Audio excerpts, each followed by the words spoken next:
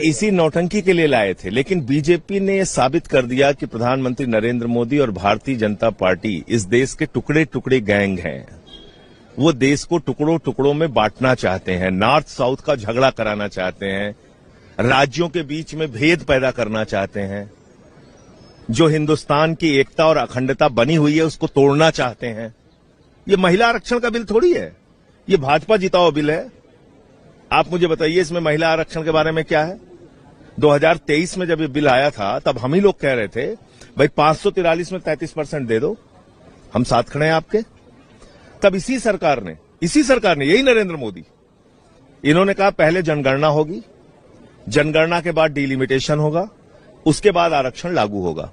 इन्होंने लिखा हुआ है बिल में। पूरे देश को यह जानना चाहिए कि किस तरह की धोखेबाज सरकार है ये।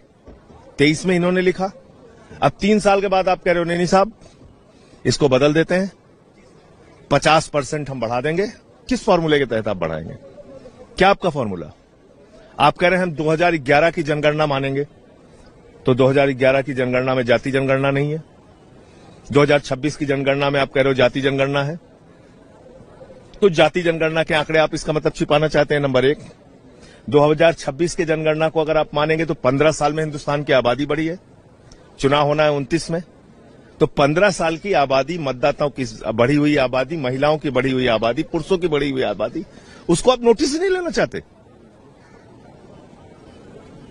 ये गजब का बिल है।